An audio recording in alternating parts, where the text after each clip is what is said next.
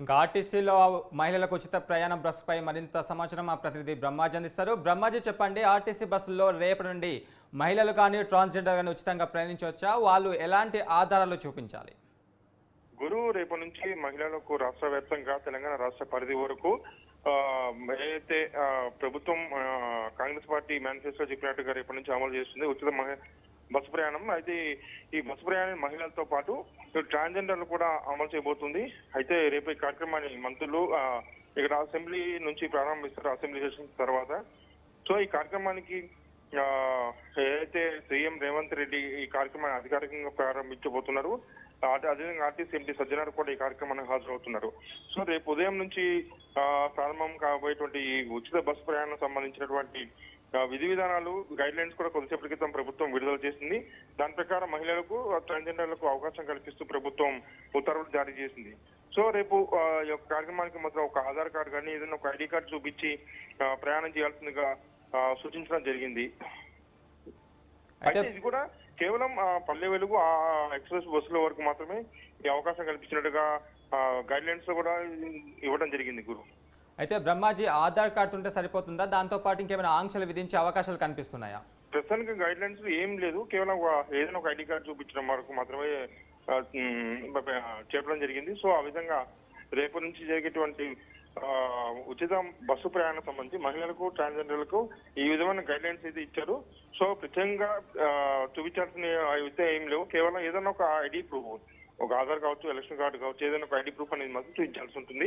దాని ప్రకారం ఎందుకంటే వాళ్ళు ఏదో జీరో ఫేర్స్ తో ఒక టికెట్ ను కొడతారు ఎక్కడి నుంచి ఎక్కడికి డిస్టెన్స్ అనేది. ఎందుకంటే ఎంత డిస్టెన్స్ ప్రయాణం చేసేందుకు ఏ మహిళ ఎక్కడి నుంచి ఎక్కడికి డిస్టెన్స్ ప్రయాణం చేసి దానికి సంబంధించి ఛార్జ్ ఎంత ఉన్నది అనేది లెక్కలు చేసి గవర్నమెంట్ మన టీఎస్ఆర్టీసీకి రీఎంబర్స్ చేస్తారు. సో దానికి టికెట్ మాత్రం ఇస్తారు, అది జీరో ఫేర్ తో ఉంటుంది గురు. అయితే బ్రహ్మాజీ, ఆర్టీసీలో మహిళలకు ఫ్రీ ట్రాన్స్పోర్ట్ ఉన్న నేపథ్యంలో వచ్చే నష్టాన్ని ప్రభుత్వం ఏ విధంగా పూడ్చబోతుంది?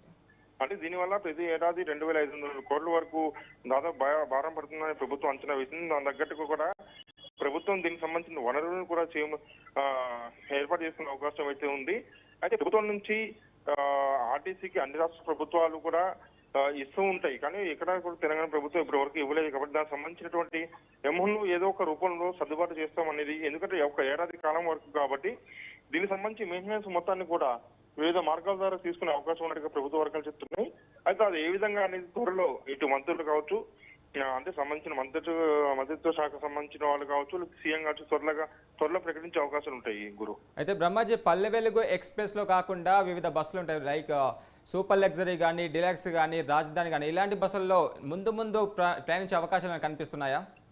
అంటే ప్రస్తుతం మాత్రం ఏదైతే 2,500 కోట్ల భారం పడుతుంది అని అంచనా వస్తున్న నేపథ్యంలో ప్రస్తుతం పల్లె వెలుగు ఎక్స్ప్రెస్ బస్సుల్లోనే ప్రయాణానికి అవకాశం కల్పించారు. ఎందుకంటే ఈ బస్సుల్లో వెళ్లే వాళ్ళు మాత్రమే ఎక్కువగా మధ్యతరగతి సంబంధించిన వాళ్ళు, బిలో మధ్యతరగతి సంబంధించిన వాళ్ళు ఉంటారు కాబట్టి వాళ్ళకి ఉపయోగకరంగా ఉంటుంది.